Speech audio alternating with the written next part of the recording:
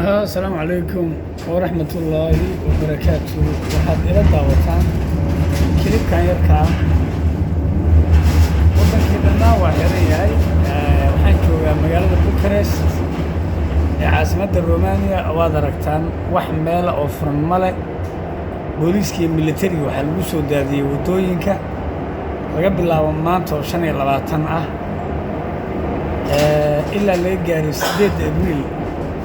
waddankan saas u xirnaanaya. waxaa la yidhi dadka guryihiina jooga.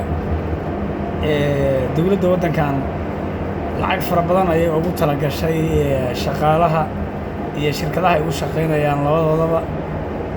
marka gaadiid yar baa aad u socda. jidadka isgoysyada waaweyn sida aad arki doontaan waxaa taagan ciidamada militariga iyo booliiska. dadka waxaa la weydiinayaa ID-yahooda.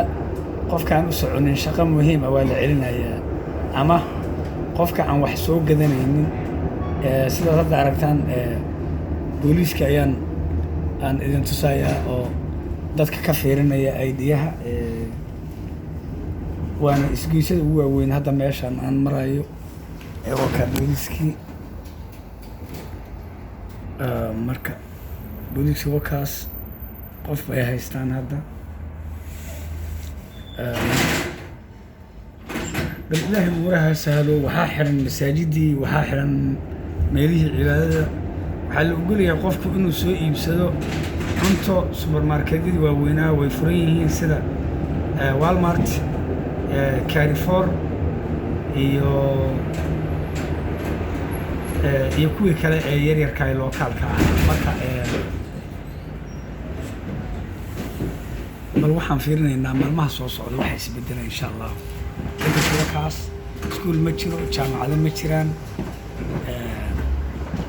saa ay tahayna cudurku waddankan wuu saameeyey. tirada dhimashadu waa 8. inta uu efectigareeyey waa 1000 boqol ka mida waxaa leeyahay health personal ama macnahe shaqaalaha caafimaadka ayay yihiin.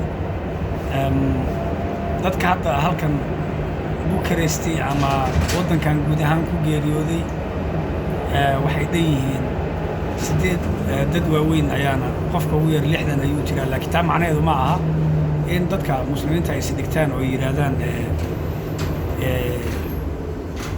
waan qofkii dhallinyaro ah kuma dhacayso hawsha tan. waad aragtaan waddamada ugu liita waa waxaa weeyaan Talyaaniga iyo Spain iyo waddanka Iran. maanta dawladdu waxay soo amartay in qofkii 65 sano jira uusan gurigiisa ka soo baxaynin. dadka keligood nool oo 65 ana ay caawimaad ku helayaan guryahooda oo lagu geenayo waxay u baahan yihiin.